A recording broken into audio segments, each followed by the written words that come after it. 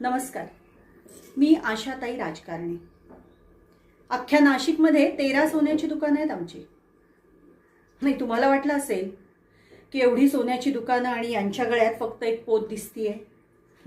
त्याचं झालं असं की मागे आमच्या यांनी मला 100 तोळ्याचं मंगळसूत्र केलं होतं.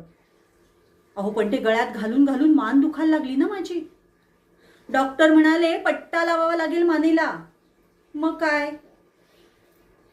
सगळंच घालायचं बंद केलं. आता मला सांगा, जीवापेक्षा काही किमती आहे का? पण माझी एक इच्छा आहे. माझी इच्छा ही आहे की माझं ते मंगळसूत्र माझ्या होणाऱ्या सुनेला मी देणार. आता बघूयात, तुमची मुलगी तितकी नशीबवान आहे का?